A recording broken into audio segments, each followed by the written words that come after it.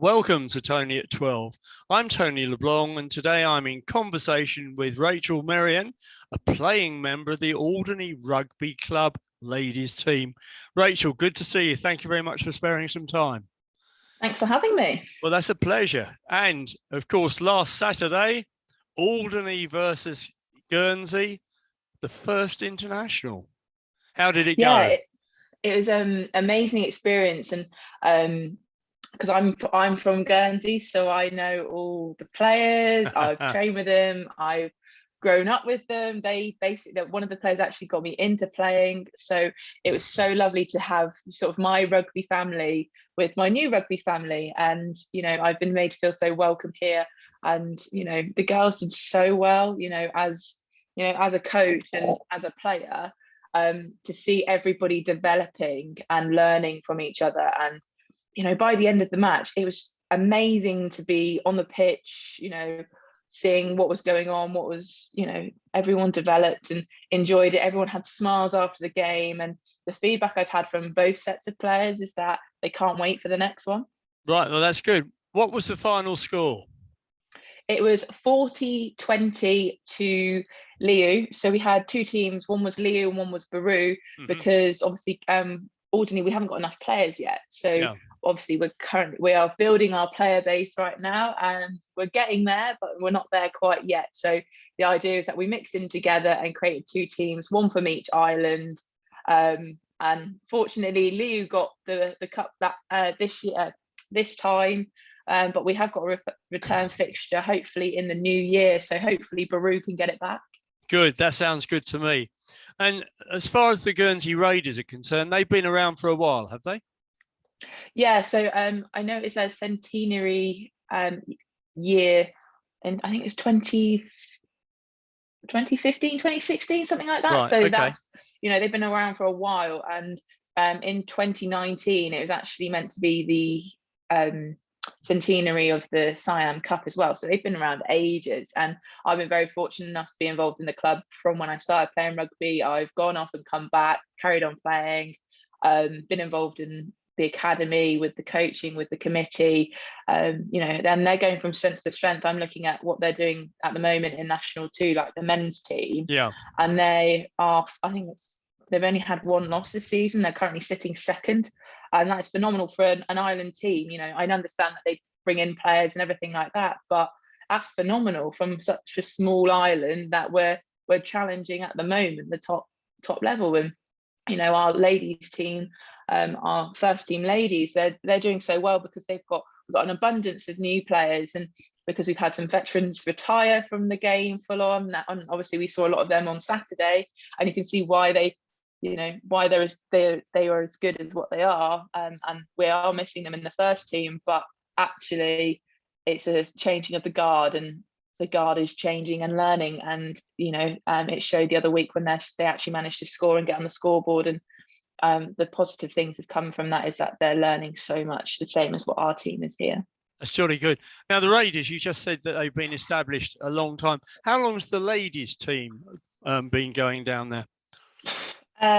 So I've been playing 13 years, and that's probably when it started, when it was in its infancy. And there was one previous to that, but it never was properly affiliated in the club and everything like that. But we've been in the league, I want to say 7-8 years, a very similar way to what the Alderney ladies are doing, in terms of you just try and get any fixture that you can to get that experience. And then luckily, obviously, Guernsey were in a league system, so that helped quite a lot, the men's team. So we jumped on the back of that and sort of trying to play their teams or played university teams. And that's probably what we're going to be looking to do here for Alderney, is that if we can get the numbers down, like why not push to try and get into a league? It'd be fantastic. Would be wonderful. Trouble is, of course, that we've always got this travelling dimension here, haven't we, that Guernsey hasn't got. It's relatively easy for Guernsey to hop onto a plane. It is, but it is part of the sport. It's like that's unfortunately what we have living on an island, and it's not cheap. But that's fortunately why we try and get as many sponsors as we can to accommodate the cost of this travel. And we're quite unfortunate with the RFU at the moment in terms of the fact that they've cut a lot of their travel funding because of obviously not getting any money in for the last 2 years because of COVID. So it puts us on the back foot even more so. But if you want to play rugby, if you want to play sport in the Channel Islands, you've got to travel at some point. Yeah, of course you have. And things can only get better, really. Now, what's your position in the team, your playing position? So I normally play in the second row or the back row, but I've happily to sit in the front row. I played Premiership matches in the front row. Like, I'm quite happy. As long as I'm playing on the pitch, I'm not bothered. You're happy. No damage to your ears.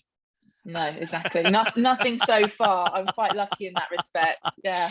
Because some of the guys you see, I mean, they really have got cauliflowers, haven't they, in professional rugby? I've got, even friends of mine in Guernsey, Tom Sealam, he won't mind me saying he looks a bit like Shrek.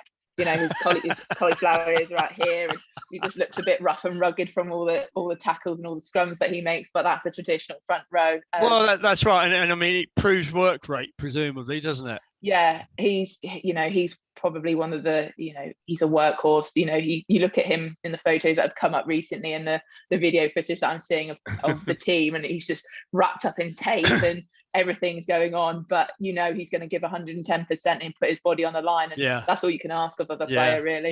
Yeah. Now, coming back to the Alderney club, it was Harry Symington and Sarah Kelly that got the club going in the first place. And obviously Sarah's taken over, I believe, as president of the ladies side. The whole side. The whole side. Okay, I beg her pardon. Yeah. I shall, have to watch my P's and Q's here. But seeing her on the television last night, it was on Channel Report, she seemed quite elated. Yeah, it's a huge step forward in terms of women's sport on the island and in the Channel Islands as well. It's like we now have 3 rugby teams, Guernsey, Jersey and Alderney. That is phenomenal. I'm not sure, like I've only been here a couple of months, but I've not heard of any other women's team on the island playing sport, and I've said it before and I'll say it again, it's like, why not us be the torchbearer for it all? Let's see, like we might off the back of it get a women's football team and play in the Channel Island League. That would be amazing. And I don't see why we can't help each other in sports. We're not a massive population. No, that's right. Let's use each other. And I'm in a very fortunate position where I'm the PE teacher in school, so I can push players to sports, but give the opportunity to play all sorts of sports. And especially for ones that we've got on Ireland. But, in terms of rugby, I think we're at the forefront and, leading the way with it all, especially, both men's and women's sport, that we can offer stuff on Ireland. And, the last 3 weekends, we've had 2 fixtures in 3 weeks, 1 men's and 1 women's. That's huge. That's a huge draw to the island. And you look at the crowds that we've had as well, and, the community support, it's just been phenomenal. Did I read somewhere a couple of hundred people attended? Yeah, and it felt that as well. And you 10% of the population. That's amazing. Like how, and you had all the, you had your mums and dads and your grannies and your aunties, your uncles, and you had all the children running around, and it's a proper community feel. And that's what, for me, what rugby is. It's that family, it's that wider community. We're one club, we're one island. So why not go and support it? Absolutely, yeah. And I mean, it was a lovely day as well, wasn't it? It wasn't a bad day. Yeah, it was beautiful. Like the pitch was perfect condition as well. It's just soft enough so that it didn't hurt when you're being tackled to the ground.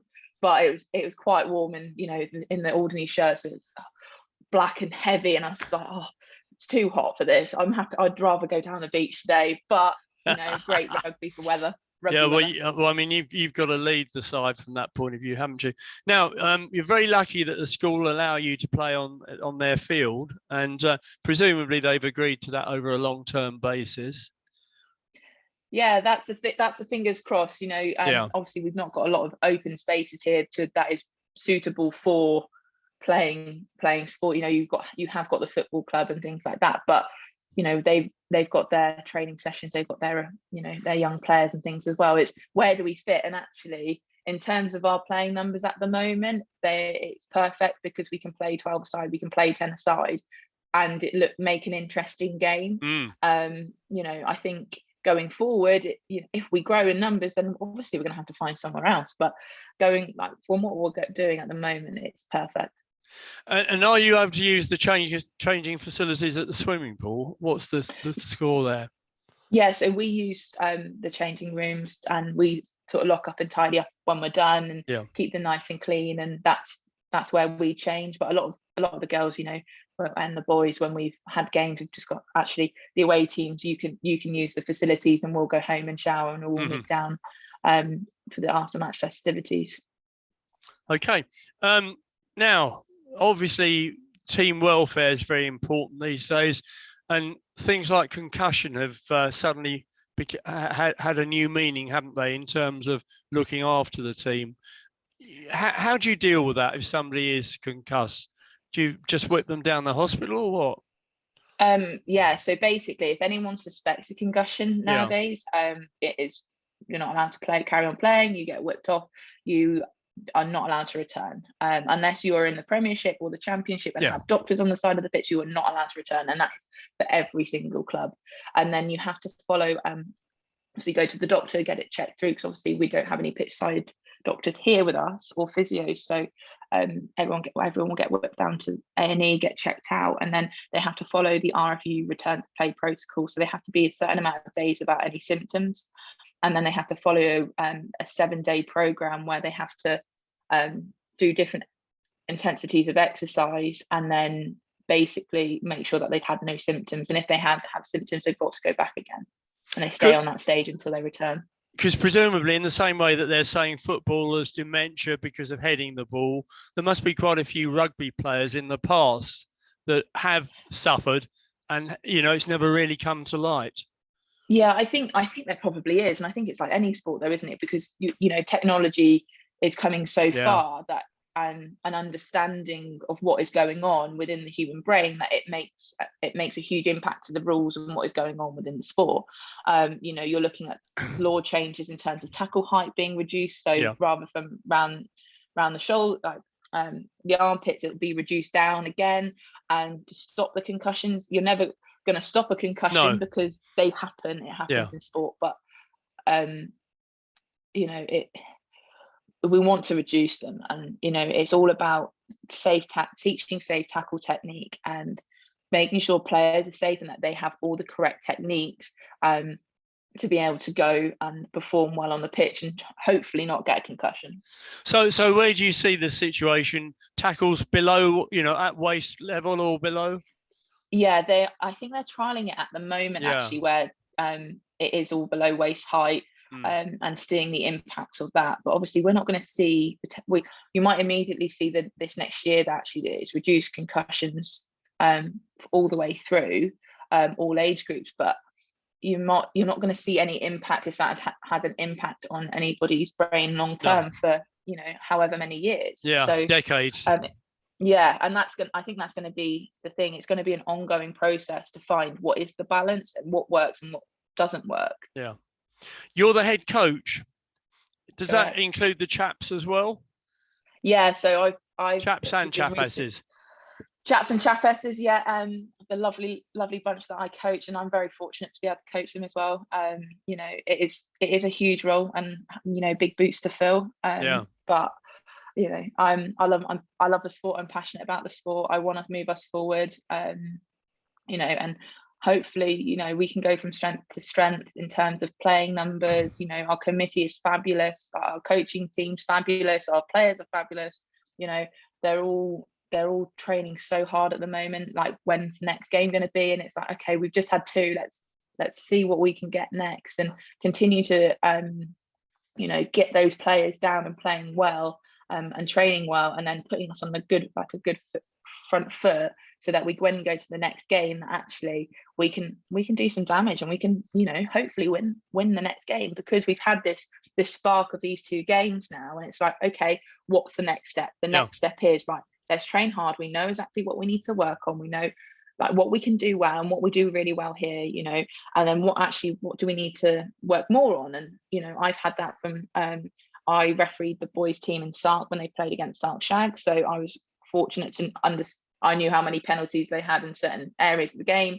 And then obviously they played St Jack's a couple of weeks ago, so I've picked up, okay, we've worked on that, we've we've managed to secure that. Okay, what's the next thing? And then obviously for the ladies, I was playing at the same time, but I paid attention to what was going on. So we now know, right, we all need to work on X. Yeah. The women need to work on Y, and the men need to work on A, those sorts of things. But you always keep working on the things, even though they're your strengths. Feeling a bit guilty. I didn't attend the match. I'm sorry about that. But with the lineouts, do the ladies lift one another? Is that part of the tactic? Everything is exactly the same in men's rugby as it is in women's. Okay. Yeah. That's interesting. No different size ball either. No size 4 for women, no size 5 for men. It's exactly the same. Now, you have regular training sessions down at the school, don't you?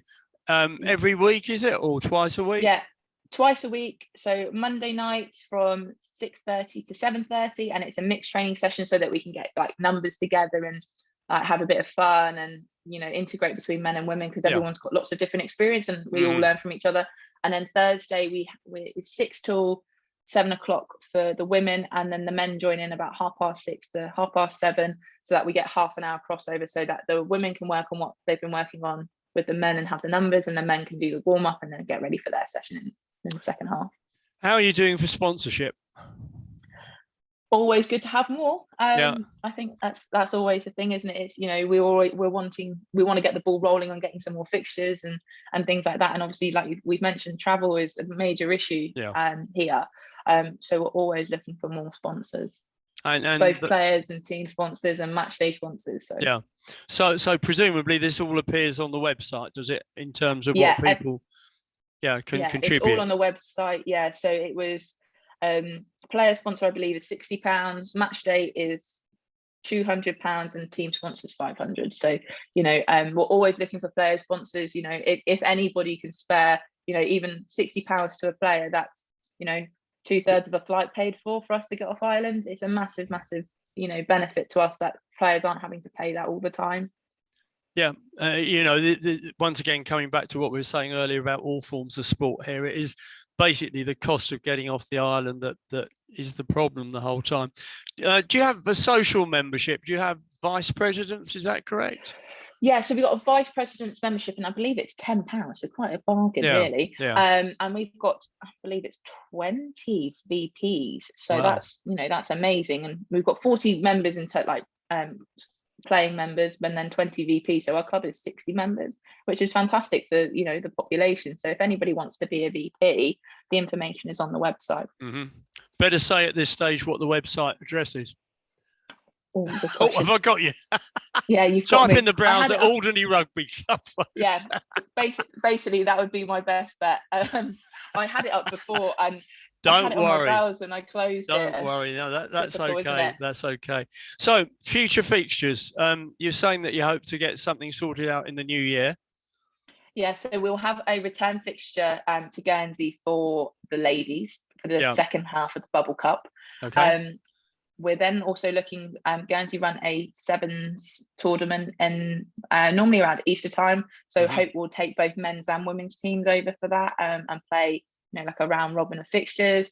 I know Sark Shags wants to come back over because obviously we've gone there, and it'd be good to have the return. A lot of the boys now live in Guernsey, so it makes it a little bit easier for travel wise.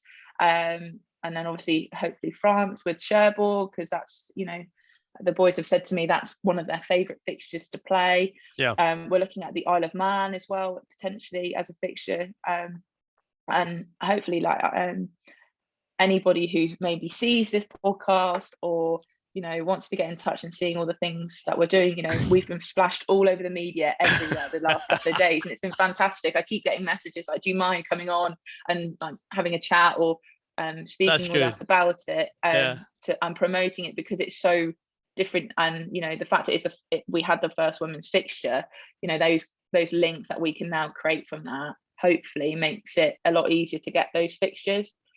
We'd also like to try and make a little tournament on Ireland as well, and do an invitational to bring teams over and do a bit for the economy as well, give a bit back. We're always, like you say, we're constantly looking for sponsors and people trying to help us out with things. Actually, we need to give back as well.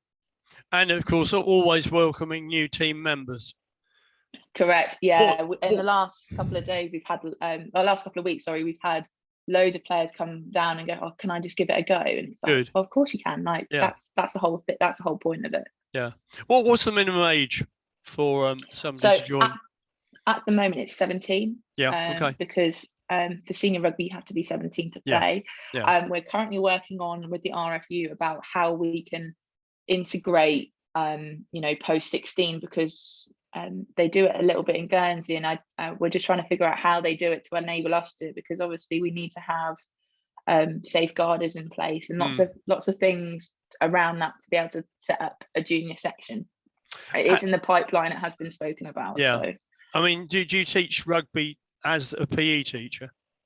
Yeah, so we've been actually. So you have got a bit of a feeder there. Yeah. Yeah, so we're looking at taking some of the students off island to Guernsey and potentially to Jersey to play in fixtures with teams. And obviously I'm quite biased because rugby is my sport and it is my passion. That of course I'm going to push that, but hopefully we get something from it, and there are future players there, whether that is in Guernsey, that is here. Of course I want it to be here, or is it going to be in the UK? You might even get a next future England player. Who knows? Absolutely. So we better put Eddie Jones on notice, have we? I think so. There's a few that could push it, that's for sure. I'm like some of my year 11s today. I've been astounded with some of their dancing feet, put it that way. There's some phenomenal talent. That's good. That's great. Rachel, it's been a great pleasure to talk to you. Thank you so much for sparing me some time. Wishing you all the best and the team all the best for the future. With you at the helm, I don't think they can go wrong, can they? Fingers crossed, they're onwards and upwards. Okay. Thank you so much.